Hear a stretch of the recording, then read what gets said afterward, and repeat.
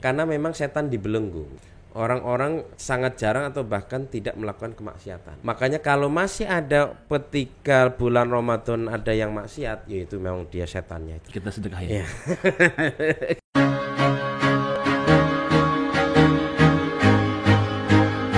Assalamualaikum warahmatullahi wabarakatuh. Alhamdulillah, hari ini kita diberi kenikmatan oleh Allah Subhanahu wa taala dapat berkumpul lagi.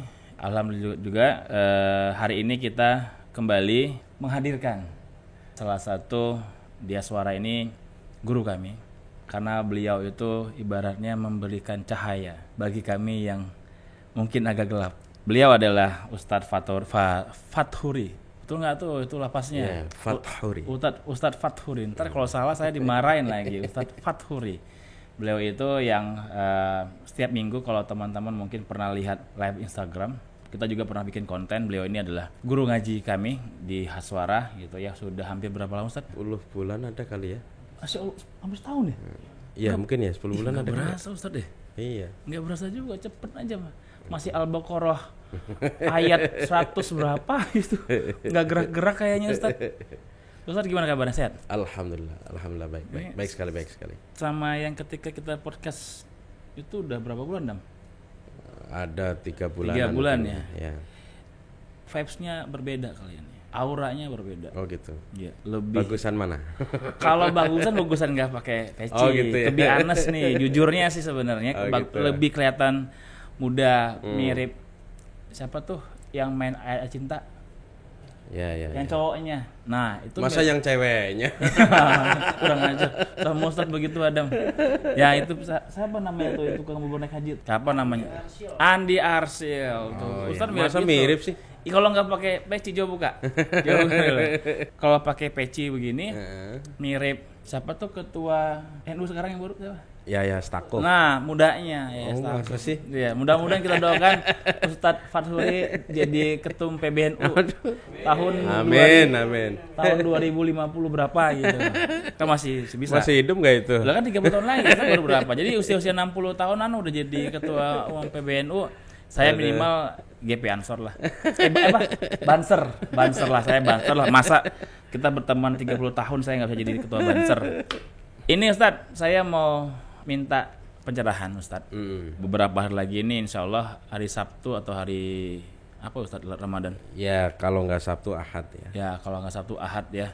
Insya Allah kita akan bertemu dengan bulan yang ditunggu-tunggu oleh seluruh umat muslim di dunia, bulan Ramadan, di mana bulan Ramadan itu kayak banyak perbedaan gitu, terutama di hati kita tuh kayaknya gimana gitu ya. Jadi orang-orang tuh dalam 11 bulan tuh hanya menunggu bulan itu gitu, dan ketika bulan itu berlalu sedih. Nah kan karena kita bakal mau kedatangan tamu nih, tamu agung ya, kita kan harus punya persiapan. Sama kalau misalnya di rumah kita dapat kabar ada yang mau datang, orangnya populer, terkenal, kita kan rumah mesti dirapin segala macam diberesin gitu ya. Menurut Ustadz, yang paling mendasar ketika datangnya bulan Ramadan sebagai umat muslim, kawan-kawan Haswara, apa sih yang mesti kita persiapkan Ustadz? Baik, Assalamualaikum warahmatullahi wabarakatuh. Waalaikumsalam warahmatullahi wabarakatuh. Pertama, orang ketika menyambut Ramadan itu kan mesti bannernya itu adalah marhaban ya Ramadan. Selamat datang kalau arti bahasa Indonesianya. Tapi sebetulnya marhaban itu dari kata rohbun yang kemudian menunjukkan keluasan bagaimana kita menerima kehadiran dari bulan Ramadan itu sendiri. Jadi keluasan waktu, keluasan hati, keluasan rizki yang kemudian kita persiapkan semaksimal mungkin hal-hal yang demikian. Kalau kita mau ibadah dengan baik siapapun dia, baik itu orang milenial atau yang sudah melewati itu ya, maka yang penting menjadi dasar adalah ilmu terkait puasa. Karena seringkali orang melakukan amal itu tidak berdasarkan ilmu yang cukup. Contoh orang sholat, itu ya sekedar sholat tapi tidak tahu ilmunya sholat, Fikihnya. Ya, fikihnya. atau lebih dalam lagi ya makna hakikat daripada sholat itu sendiri. Jadi kalau fikih kan lebih cenderung zahirnya, tapi batinnya itu kita harus lebih dalam lagi mempelajari. Misalnya kita sujud, dari fikihnya misalnya sujud yang benar seperti apa, tapi kemudian makna sujud sendiri itu bagaimana, itu perlu orang mengetahui. Ketika orang memahami betul apa yang dimaksud dengan puasa itu, maka insya Allah di dalam pelaksanaan puasanya itu bisa menyelami dengan benar-benar. Contoh sederhananya gini, Nabi kenapa sholatnya khusyuk? Ya, itu karena memang Nabi pernah melihat surga dan neraka. Jadi sebagai manusia biasa, ya, ketika beliau diperlihatkan surga dan neraka, dan pada saat sholat itu memang hadir, ya, ditampakkan oleh Rasul untuk kemudian dalam sholatnya begitu khusyuk, begitu menikmati, karena dampak akibat dari sholat yang dilaksanakan itu diperlihatkan gitu hasilnya ya? Hasilnya. Nah kan kita orang bekerja, kenapa dia giat? Kan pertama karena ada gaji, benar. Kemudian dia kalau memiliki prestasi ada bonus dan seterusnya. Itu kelihatan gitu. Orang puasa kalau kemudian memang sekedar menganggap itu kewajiban, ya akan sekedarnya saja melaksanakannya. Puasa sendiri dari sisi sejarah. Jadi kalau kita baca di dalam misalnya kitab Syir'atullah lil Anbiya, ketika membahas tentang Nabi Adam alaihissalam, bahwa yang turun perintah kedua di dalam Al-Quran itu adalah wakula. Wakula itu artinya makanlah kalian berdua. Jadi kenapa? Karena memang di surga itulah kita diberi kebebasan sebebas-bebasnya makan, dan tidak ada efek sampingnya sama sekali. Di surga tuh ya? Pure dia kenikmatan. Pun demikian ketika diturunkan ke bumi, itu diantara yang dilakukan pertama kali oleh Nabi Adam itu adalah makan. Jadi Nabi Adam dibawakan biji gandum oleh Jibril ya, kalau tidak salah. Lalu kemudian biji gandum ini ditanam, lalu kemudian dengan cepat tumbuh, lalu diajari proses membuat roti. Nah dari situlah untuk kemudian makan. Kalau penghuni surga beda, ketika di surga langsung makan, langsung makan ya. Kalau di dunia ada prosesnya. Dan inilah yang kemudian ternyata makan di dunia ini eksesnya banyak. Ya. Jadi kalau di surga dulu ketika makan nggak mengeluarkan apa-apa, nggak ada kotoran. Nah tapi ketika di bumi Adam Hawa ketika pertama kali makan, nggak lama kemudian perutnya mulus. Itu disebut dalam kitab Nihayatul Arab ya. Adam dan Hawa pada saat itu bukan bingung, nangis sekenceng-kencengnya. Kenapa? Karena itu belum pernah terjadi ketika mereka di surga. Menunjukkan apa? Bahwa makan yang kita lakukan apapun itu mesti akan menghasilkan sesuatu yang sangat tidak kita sukai, yaitu kotoran. Maka semakin banyak sesuatu kita masukkan ke dalam mulut kita, maka produksi makanan itu semakin banyak. Dan ilmu kesehatan sudah banyak menjelaskan ekses dari terlalu banyak makan itu. Jadi yang pertama yang kita harus pahami bahwa puasa hakikatnya adalah menahan untuk kita tidak makan karena eksesnya itu menghasilkan zat-zat yang berbahaya bagi tubuh kita. Ada yang berbahaya, ada yang bermanfaat. Iya. Yang tidak bisa terserap oleh tubuh. Betul. Makanya kan ulama gini, kan di dalam Islam itu selalu memperlakukan dunia dengan berbeda. Kalau sholat itu dunia ditaruh di belakang. Jadi ketika kita sholat memang nggak boleh mikirin dunia.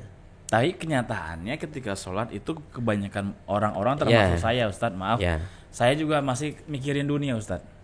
Kadang-kadang hal yang nggak dipikirin tiba-tiba muncul ada Ustadz. Ya itulah tantangannya. Makanya itu ada setan khususnya yang namanya khonzab itu, yang senantiasa mengingatkan urusan dunia. Tapi aslinya kalau kita mau benar di dalam sholat itu urusan dunia diletakkan di belakang. Lupa aja gitu ya. Ya. Lalu yang kedua kalau puasa itu dunia di samping. Lalu kalau zakat itu dunia di depan. Jadi maksudnya di samping itu apa? Yang ngambil secukupnya saja. Jadi makan secukupnya untuk kebutuhan jasad yang tidak keinginan nafsu, tapi ya secukupnya gitu. Nah sementara kalau zakat itu dunia di depan kita. Jadi untuk berikan. Ya. Jadi memang dunia itu ya menjadi tantangan kita bagaimana meletakkan dengan benar itu. Nah, puasa sekali lagi adalah menahan diri untuk tidak rakus terhadap dunia ini. Karena ketika kerakusan itu yang diumbar, tidak ditahan, tidak dimanage dengan baik, ya yang muncul adalah penyakit fisik maupun penyakit batin. Terus bagaimana caranya Ustadz agar kita ini bisa menjalankan ibadah puasa itu sesuai dengan kaidahnya? Kalau saya pikir gini Ustadz ya, menahan lapar tuh bisa ya. Mungkin hari pertama, hari kedua penyesuaian, tubuh ini penyesuaian, lemas, lapar. Hari ketiga kayaknya udah mulai terbiasa lah. Karena kan saya punya keyakinan atau sudah mendoktrin ke diri saya sendiri bahwasanya puasa itu hanya tidak makan siang. Kalau itu mungkin menurut saya pribadi, maaf ya, nggak terlalu sulit. Tantangan terberatnya adalah bagaimana caranya menahan hawa nafsu, terutama emosi, lihat orang macet segala macam. Ini klise sih Ustadz ya. Bagaimana ada kiat-kiatnya gitu agar kita tuh bisa lebih sabar untuk mendapatkan kehusukan. Yang pertama, menahan lapar secara zahir dulu nih, secara ini. Bahwa yang harus dipahami, puasa kita ini dari seluruh puasa para nabi, para umat sebelum kita adalah puasa yang paling ringan. Malah paling ringan, paling sebulan ya. Misalnya kalau kita baca puasanya Nabi Nuh alaihissalam, itu puasanya 1 tahun full, yaumud dahr, full kecuali hari raya. Tahun berikutnya? Terus. Berapa tahun? Setiap tahun. Berarti ketika Nabi Nuh itu mengalami peristiwa banjir itu lagi puasa jangan-jangan dia? Ya insya Allah, karena memang hanya hari raya saja. Wallah alam, karena teknisnya seperti apa tidak disebutkan. Tetapi yang jelas di dalam kitab-kitab sejarah Al-Bidayah wa Nihayah ya menjelaskan tentang puasa umat terdahulu. Kedua, puasanya Nabi Ibrahim alaihissalam. Itu setahun puasa, setahun libur. Lebih ringan. Tapi ya kalau ukuran kita sangat berat masih ya kan. Setahun puasa, setahun libur. Lalu kalau kita mau tarik ke bawah itu Nabi Daud sehari puasa, sehari libur. Itu pun sangat sedikit yang bisa melakukan. Sandiaga Uno katanya begitu Ustaz. Ya mudah-mudahan, wallah alam ya. Jadi memang itu puasa yang berat. Nah pada zaman Nabi pun sebetulnya puasanya pada mulanya nggak seperti sekarang ini. Yang pertama dulu untuk kaitannya soal waktu ya. Jadi kalau sudah tidur itu sudah nggak boleh makan minum, nggak boleh hubungan suami istri. Jadi awal puasanya mulai kapan? Mulai tidur. Misalnya buka jam 6 ya kan? Jam 6 suka ya sholat macam-macam. Jam 9 tidur. Ya sudah. Ketika dia bangun subuh, itu sudah nggak boleh makan minum, nggak boleh hubungan suami istri. Makanya waktu itu terjadi ya di antara sahabat ada yang bekerja seharian, pas pulang ternyata belum ada makanan, istrinya kemudian mempersiapkan mencari gitu ya. Tapi karena dia kecapean bekerja, dia tertidur. Puasa lagi. Lalu kemudian ketika bangun ya sudah mulai puasa lagi. Maka kemudian Nabi melihat, kamu kenapa kelihatan tampak lelah begitu? Diceritakan Nabi kemarin tuh begini, saya kerja seharian, lalu pulang nggak ada makan, saya tungguin, saya tidur. Nah inilah saya puasa lagi sehingga kelihatan begitu lelahnya. Sahabat yang lain ini sahabat senior Umar bin Khattab ya. Jadi ketika dia puasa pengen begituan sama istri, berhubungan sama istrinya. Tapi padahal istrinya sudah tidur, maka sebetulnya diharamkan, udah nggak boleh. Nggak boleh. Tapi namanya Umi bangun nggak boleh ya. Namanya lagi pengen kan, udah nggak tahan. Dibangunin sama dia. Ya, akhirnya terjadilah apa yang harus terjadi. Laporan besoknya kepada Nabi, ya, aduh nih repot nih Nabi nggak kuat kita. Itulah yang kemudian turun bahwa uhilla lakum lailatus siyam ar-rafath. Jadi dihalalkan bagi kalian pada malam puasa untuk ar-rafath. Jadi melakukan hubungan suami istri itu. Pokoknya mulai puasa adalah ketika waktu subuh datang. Jadi itu sebetulnya sudah revisi yang kemudian memudahkan kita. Dari sahabat-sahabat berkeluh kesah, bercerita, punya kendala. Dan itu sebetulnya pola puasa umat Nabi Isa. pertama kalau kita pengen menikmati betul puasa Ramadan, sadarilah, pahamilah bahwa puasa yang kita laksanakan adalah puasa yang paling ringan. Itu yang pertama. Yang kedua, bahwa inti puasa itu bukan pada soal fisik saja. Yang harus dipahami adalah setiap manusia ada terdiri dari jasad, dan yang kedua ada terdiri dari ruh. Jasad itu perlu gizi, ruh juga perlu gizi. Yang perlu ditekankan kalau ingin menikmati puasa dengan sebenar-benarnya makna puasa, ya jangan sekedar puasa zahir. Karena kalau puasa zahir ya sama dengan diet. Tetapi lebih daripada itu, puasa adalah bagaimana kita mampu mengontrol, menahan hawa nafsu kita. Maka di dalam hadisnya sebetulnya yang lebih ditekankan adalah terkait mulut ini. Maka kalau kita bahas puasa di dalam Al-Quran, kalimat puasa di antara yang disebutkan adalah puasanya Maryam yang tidak ingin bicara. Karena dia berpuasa. Ya, sebetulnya dia menggunakan kalimat puasa untuk mengatakan bahwa saya tidak akan bicara. Karena apa? Karena salah satu sebab dua terbesar orang masuk neraka kan karena mulut ini. Mulut. Neraka dunia maupun neraka akhirat. Aduh. Orang kalau biasa memaki itu ya memang rusak. Aduh. Ya. Mesti hidupnya itu enggak tenang lah. Orang biasa menggunjing, orang biasa mengadu domba, gibah, ya, ya pokoknya tidak mampu mengontrol mulutnya. Itu ya mulutmu harimaumu kan begitu. Tapi kok sekarang mungkin Pak Ustadz menggunjing itu bukan lagi pakai mulut, ya, pakai teks ke jempol. Ya sama saja. Sama jempolnya sama berarti, jempolmu ya. Harimaumu. Sama saja. Jadi malah kadang dampaknya jauh lebih dahsyat ya. Dibanding yang lewat mulut. Tetapi tetap saja orang yang kalau di WA saja sudah begitu, itu ya secara karakter memang mulutnya juga ember, juga sama gitu ya. Oh, dengar tuh kalian tuh. Jadi karena ini ya memang itu karakter orang, kalau udah senang memaki ya memaki. Aduh. Saya nemu itu, melihat langsung. Dia memang kalau ngomong ya sering memaki orang. Kalau WA ya seenaknya. Ustadz, kan kalau dulu tuh ya saya ketika saya kecil gitu berkaitan dengan marah atau memaki gitu kan, terus dibilangin teman, batal puasa lo. Benar nggak sih misalnya kita lagi emosi marah, batal nggak sih puasa Ustadz? Secara fikih memang tidak batal. Oke, alhamdulillah. Artinya yang membatalkan puasa kalau secara fikih itu hal-hal yang zahir. Hal-hal yang zahir ya. Hal-hal yang misalnya makan, minum, hubungan suami istri ya, muntah disengaja, hal-hal yang zahir. Tetapi itu secara fikih. Tetapi secara hakikatnya ya batal dalam arti nggak akan dapat pahala apa-apa. Hanya menahan laparnya. Hanya menahannya ya. Tukamin sohibin laisa lahu min syamihi ilal ju' wal atos ya. Berapa banyak orang yang puasa itu hanya mendapatkan lapar dan dahaga. Itu memang ya dari dulu sampai sekarang orang puasa hanya zahir saja. Ya, terutama kan kita tuh berkendara gitu ya, mungkin motor itu kan kadang suka kesel Ustaz. Ya. Wah, walaupun hanya di hati tetap ya Ustaz ya. Ya. Kalau di hati, umpatan itu sebetulnya kalau niatnya beda, itu kan sebetulnya tidak bermakna jelek. Maksudnya gini, ketika mengucapkan itu dengan emosi, dengan nafsu, dengan amarah, dengan dendam, dengan kebencian atau tidak?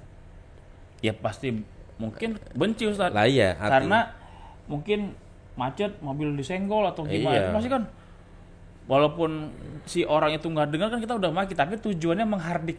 Ya itu yang nggak boleh. Kalau sampai dikeluarkan, kalau sekedar di hati sih enggak. Ya, oke Ustaz. Tadi kan mulut, sekarang mata. Nah, terutama nih pada laki-laki nih, Ustaz. Ya kan? Kalau perempuan saya nggak tahu ya, kalau apakah ngelihat laki-laki itu nafsu bagaimana gitu kan. Nah, kalau laki-laki kan rentan Ustaz. Ya rentan misalnya ketika melihat di story Instagram itu kadang-kadang Ustaz, kalau di timeline tuh Ustaz banyak banget tuh yang seksi gitu ya. Lihat nggak sengaja muncul gitu misalnya. Ya. Saya pernah dengar ceramah Jumatan itu tahun 2004 di Intiland tuh di daerah Sudirman. Pada tubuh wanita terdapat 2 setan. Yang pertama itu di pantatnya, yang kedua di dadanya. Kalau laki-laki lihat pantat perempuan kan tuh kayak gerak-gerak itu ada setannya tuh. Jadi menggoda sehingga kita tuh bergairah, nafsu segala macam. Kedua di dadanya itu udah pasti gitu. Nah, ini kan susah Ustaz ya. Itu gimana Ustaz? Gimana Pak? Iya, maksudnya kan itu batal nggak sih puasanya? Kan kita ngeliat nih, just gitu kan, tas siapa tiba-tiba, mantap juga nih. Gitu. Itu gimana gitu Ustaz? Iya, karena memang sebetulnya sekali lagi kalau ya. Secara fikih, ini kembali kepada secara fikih. Secara fikih nggak batal. Tapi secara puasanya ya itu masuk kategori yang bisa merusak nilai puasa. Kalau pandangan itu memang tidak dititik beratkan. Karena kalau dalam hadisnya yang banyak disebut ini adalah mulut, lisan. Mulut. Makanya Nabi kan kemudian ada orang yang puasa, dia menahan diri dari yang halal, maksudnya makanannya sendiri kan halal. Yes. Tapi dia tidak mampu menahan diri dari yang haram, yaitu menggunjing, menghardik, ya, dan seterusnya itu. Nah, kalau pandangan mata itu sebetulnya bukan hanya puasa. Di luar puasa itu melihat lawan jenis dengan nafsu, auratnya gitu ya. Itu ya haram, itu nggak harus nunggu puasa. Hari begini pun ya, kalau dalam agama untuk perempuan ya sini sama sini. Bagian yang lain ya nggak boleh. Kecuali misalnya darurat untuk kesehatan ya, kedokteran. Misalnya kan dokter kandungan. Itu mau nggak mau udah jelas ke sono-sono kan. Itu hal yang diharamkan, tapi karena ada satu ilat tertentu kemudian menjadi halal. Nah, fungsi puasa itu adalah untuk mampu menundukkan pandangan itu. Jadi orang kenapa jelalatan itu karena nafsunya dominan. Nah, salah satu untuk menundukkan nafsu itu puasa. Iya kan, mau macam-macam lemas gitu ya. Jadi ya kayaknya bawaannya tidur aja. Jadi tidurnya orang puasa kenapa menjadi ibadah? Itu karena memang menghindarkan dia mengurangi potensi dari kalau seger buger begini kan berselayar di internet kan. Kurang-kurangin. Sengaja atau tidak itu memang muncul kan internet itu kurang ajar ya. Jadi gitu yang iklan-iklan itu kan ya. Jadi kita nggak membuka tapi kan dia muncul sendiri, itu sesuatu Ustaz, yang ada Instagram? Enggak.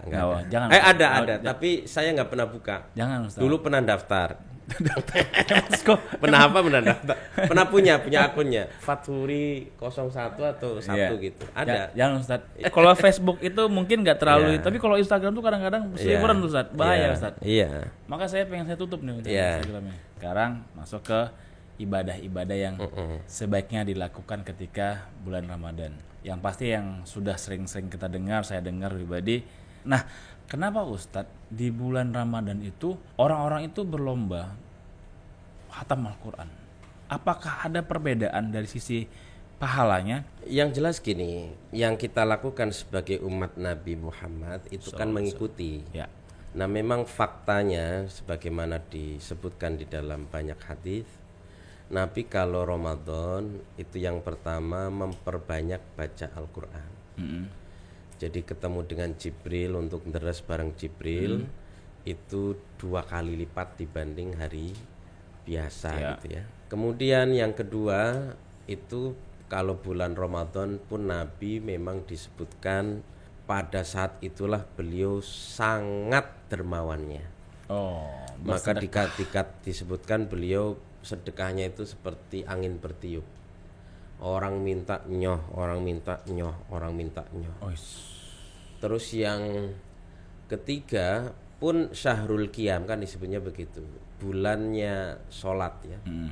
Karena Nabi dalam hadis misalnya beliau ketika sholat, beliau itu yang membacanya Al-Baqarah, Ali Imran, An-Nisa. Jadi hadis yang menjelaskan Nabi sholat malam membaca surat-surat itu pada bulan Ramadan. Nah, itulah yang kemudian diikuti bagaimana kita memeriahkan bulan Ramadan dengan berbagai macam ibadah yang kita betul-betul maksimalkan. Yang asalnya kalau sodakoh pas-pasan, ini pas Ramadan sodakohnya dilipatkan. Dapat THR betul. Double ya. Bukan beli baju. Jadi, makanya kan puasa ini membuat orang memang menghindarkan orang dari pelit. Karena orang kalau ahli ibadah tapi pelit itu bukan ahli surga, dipastikan neraka. Kalau dia ahli ibadah pelit tapi pelit, ahli neraka. Ibadahnya enggak ngaruh. Berarti Allah itu membenci orang-orang yang pelit. Oh iya. Nah, emang dengar tuh orang-orang pelit tuh. Iya. Karena pelit itu dampak buruknya banyak sekali. Bawaan itu. Karakter itu apa ya? Dia memunculkan karakter jelek. Ya satu. Egois. Ini kalau di kitab Fawaidul Mukhtarah ya. Ada suami istri lagi makan gitu ya. Lalu ada pengemis datang, Pak minta Pak, Bu minta. Enggak dikasih. Bukan enggak dikasih, bukan. Dia teriak kencang takbir. Allahu Akbar. Itu maksudnya apa tuh? Allahu Akbar. Biar disangka sholat. Oh, kodenya begitu. Jadi biar nggak jadi orang minta itu iya. Ya. Oh. Ini kalau melihat cerita ini, dia kira-kira ahli sholat bukan? Ahli sholat. Tapi sholat itu digunakan untuk menipu. Padahal harta itu titipan dari Allah ya, rezeki dari Allah tuh. Terus orang pelit itu nggak punya malu. Ya ada cerita ya ini. Benar nih ya ini cerita Kiai dari Bojonegoro. Jadi ada orang sakit lama nggak sembuh-sembuh. Akhirnya dia nazar, ya Allah kalau saya sembuh saya akan nyumbang masjid. Nggak sembuh juga. Dia udah nyumbang masjid nggak sembuh juga. Akhirnya dia yang kedua, ya Allah saya kalau sembuh saya nyumbang anak yatim. Nggak sembuh juga. Udah nyumbang anak yatim nggak sembuh. Akhirnya yang ketiga dia nazar, saya karena saking puyengnya ya, saya mau nyumbang anak setan. Gimana sih? Ini saking puyengnya ini. Anak yatim aja enggak. Udah. Pokoknya ya Allah kalau saya sembuh saya nyumbang anak setan. Sembuh. Anak setan. Alhamdulillah. Tapi habis sembuh puyeng dia. Anak setan nyari di mana? Anak setan itu siapa? Nyari di mana? Ini kata-kata itu keluar kan karena saking puyengnya itu. Akhirnya dia nemuin kiainya. Kiai mohon maaf. Ini saya kemarin sakit. Nazar nyumbang masjid nggak sembuh, nyumbang anak yatim nggak sembuh, nyumbang anak setan sembuh. Cuma sekarang saya bingung nih Kiai, anak setan itu siapa? Gitu. Oh gampang, anak setan itu 3. Yang pertama tukang mabok, yang kedua tukang zina, yang ketiga orang pelit. Sip Kiai. Jadi kalau dia itu mabok, zina, pelit. Iya. Udah setan banget. Itu anak setan itu ya. Sudah anak turunnya setan itu ya. Akhirnya dia cari tuh yang tukang mabok kan. Ketika ditemuin, Assalamualaikum, Waalaikumsalam. Ini lagi mabok tuh.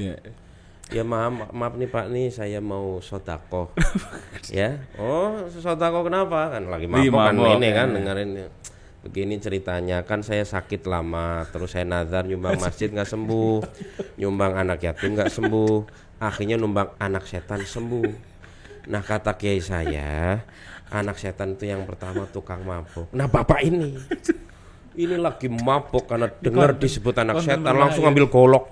Wah, dikejar itu yang mau nyumbang itu, ya mau sodako ya. Nggak terima dia, meskipun dia tukang mabuk tapi nggak mau disebut anak setan. Akhirnya yang kedua tuh dia nyari tukang zina, ya udah puyeng kan, waduh ini tukang mabuk nggak bisa dikasih. Lokalisasi gampang ya. Akhirnya ditemu itu, ya. Akhirnya ngobrol, ya, Mbak maaf, ya ada apa? Ini mau sodako gitu. Oh ya kok sodako? Nggak ada angin, nggak ada hujan sodako gitu. Iya ini saya nazar, ya, karena sakit lama, nyumbang anak setan sembuh. Nah kata kiai saya, salah satu anak setan itu tukang zina. Nah yang saya tahu, saya cari informasi. Mbak ini tukang zina. Wah udah itu sama mangkelnya sama marahnya sama yang tadi. Dikejar lari ngibrit. Yang ketiga nih harapan terakhir dia bisa memenuhi nazarnya. Karena kalau orang nggak melaksanakan nazar kan kena denda, denda. Akhirnya ketemu orang paling pelit di kampung itu. Akhirnya ketemu, singkat cerita ngobrol ya, Bu maaf ini saya mau ngasih sodako. Oh alhamdulillah, ini ahli ibadah. Terima kasih. Udah seneng banget orang namanya pelit itu kan kalau sama harta luar biasa kan. Ibu nggak nanya ini, kenapa saya sedekah ke ibu? Oh ya kenapa ya, emang ada apa? Begini, saya kan sakit lama, nazar nyumbang masjid nggak sembuh, nyumbang anak yatim nggak sembuh, nyumbang anak setan sembuh. Nah kata kiai saya, salah satu anak setan itu orang pelit. Nah di antara yang paling pelit di kampung ini adalah ibu. Ya dia bilang nggak apa-apa, saya disebut anak setan, nggak apa-apa. Emaknya setan, nggak apa-apa. Sebegitunya. Kakek neneknya setan juga nggak apa-apa. Yang penting sini, mana duitnya? Segitunya. Berarti pelit lebih buruk daripada dari mabok, tukang zina sama Makanya bulan Ramadan itu adalah sarana untuk menghancurkan anak setan. Kepelitan. Anak setan. Berarti kalau bulan Ramadan masih pelit juga anak setan itu. Makanya kalau Ramadan itu sih insya Allah nggak ada orang pelit, insya Allah ya. Pasti. Karena memang setan dibelenggu. Kata Syekh Izzuddin bin Abdissalam itu, makna setan dibelenggu itu memang orang-orang sangat jarang atau bahkan tidak melakukan kemaksiatan. Makanya kalau masih ada ketika bulan Ramadan ada yang maksiat, yaitu memang dia setannya itu. Ya. Kita sedekahin. Ya.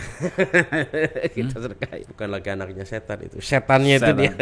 Setannya itu. Iya, gitu. Terakhir nih Ustadz, sebelum kita tutup mengenai Lailatul Qadar. Saya tuh sampai hari ini tuh penasaran Ustadz ya. Kadang kalau udah masuk hari-harinya, hari-hari ganjil tuh saya suka katanya pohon itu mulai tunduk malamnya tenang segala macam. Itu beneran gak sih Ustadz? Ciri-ciri Lailatul Qadar tuh seperti itu Ustadz? Ya memang ada yang menyebut demikian. Tapi yang perlu dipahami juga Lailatul Qadar itu, yang pertama memang Lailatul Qadar hanya pada bulan Ramadan. Tapi ada yang menyebut Lailatul Qadar itu ada dalam 1 tahun. Belum tentu di bulan Ramadan. Iya, ada yang menyebut demikian. Tetapi ada yang menyebut hanya di bulan Ramadan. Kapan saja. Tapi ada yang menyebut berdasarkan hadis, ya pada malam-malam ganjil. Kalau yang genap enggak. Malam ganjil pun ada yang menyebut hanya di ujung-ujung. Yang ujung-ujung ya. Tetapi sebetulnya gini, kalau kita mau mendapatkan Lailatul Qadar, sebetulnya kan simpel. Ya setiap malam kita makmurkan malam itu. Kita qiyamul lail itu. Artinya dengan memenuhi setiap malam itu dengan ibadah-ibadah yang kita lakukan, ya mesti enggak terlewat dengan Lailatul Qadar. Mesti. Dan yang harus dipahami, Lailatul Qadar itu khairum min alfi syahr. Banyak ustadz yang memahaminya Lailatul Qadar itu malam 1000 bulan. Kalau secara lafadz menurut saya itu pengertian yang malah mendangkalkan. Justru malam Lailatul Qadar itu khairun. Khairun itu apa? Lebih baik min alfi syahr. Dari 1000 bulan. Artinya Lailatul Qadar itu unlimited kebaikannya. Tidak dibatasin. Iya. Kalau 1000 bulan jadi dibatasin. 1000 itu kan menunjukkan angka yang terbatas, sampai 1000 saja. Ya, dan itu angka yang besar. Bahwa khairun itu berarti kan ada yang hitung, berarti malam Lailatul Qadar ibadah kita itu dinilai kalau umur sekitar 83 tahun sekian bulan. Nilainya karena 1000 bulan dikali-kali. Ada enggak sih Ustadz pernah dengar gitu ceramah atau cerita ketika Ustadz dulu nyantri ataupun sampai saat ini, ciri-ciri atau tanda-tanda orang yang mendapatkan Lailatul Qadar? Kalau yang saya pernah dengar bukan orangnya, tapi ciri malamnya. Ciri malamnya. Iya. Jadi angin kalau tuh berhembus dengan perlahan, semilir ya. Terus suasana tenang di mana binatang-binatang itu tidak mengeluarkan suaranya gitu ya. Terus nanti kalau paginya itu tidak semburat cahaya matahari panas, tapi juga tidak hujan, tapi sejuk. Enak. Ya gitu ya, itu kayak di Ciwidey lah ya. Iya kali ya. Belum pernah sebenarnya. Sebetulnya Indonesia ini surga yang dijatuhkan oleh Tuhan ya ke muka bumi. Jadi kalau yang saya sering dengar, sering baca itu adalah pada ciri malamnya itu. Tetapi orang menemukan Lailatul Qadar atau tidak, itu sebetulnya diri sendiri yang bisa menjawab. Dan biasanya kalau yang saya pahami ya, dia enggan bercerita. Kalau dia dapat. Iya, kalau dia dapat. Dia seperti minum teh manis gitu ya menikmati teh itu. Dia tidak perlu menceritakan teh manis itu. Manis. Ayo itu. Jadi dia ya itu sedang tenggelam dalam kenikmatan itu. Jadi makanya ya pas paginya beda dengan yang lain atau tidak, wallahu a'lam. Tapi yang bisa merasakan dia nemu atau tidak itu diri sendiri orang itu. Belum tentu juga misalnya kiai yang memahami, belum tentu. Tapi bisa juga ada kemungkinan pendosa yang lagi berusaha untuk memperbaiki dirinya, lagi ngaji dia dapat, bisa jadi. Iya. Bisa jadi. Jadi Ramadan itu buat siapa saja, mau itu kiai, ahli agama, pendosa. Yang pasti ketika malam pertama Ramadan kita itu startnya sama-sama, ya. Tinggal siapa nanti di ujung yang bisa meraih kemenangan dan menuju kembali ke fitri. Ya. Oke Ustadz, terima kasih banyak sudah sama-sama. sangat-sangat memberikan ilmu ya bagi kami semua. Semoga insya Allah bermanfaat bagi kami semua, menjadi ladang amal jariah bagi Ustadz. Amin. Jangan bosan Ustadz, terus membimbing kami, terus ngajarin kami agar kami ini kalau ke kiri jangan terlalu ke kiri. Gitu, jadi agak lurus-lurus lah gitu Ustadz ya. Oke, assalamualaikum, ciao. Ya, waalaikumsalam.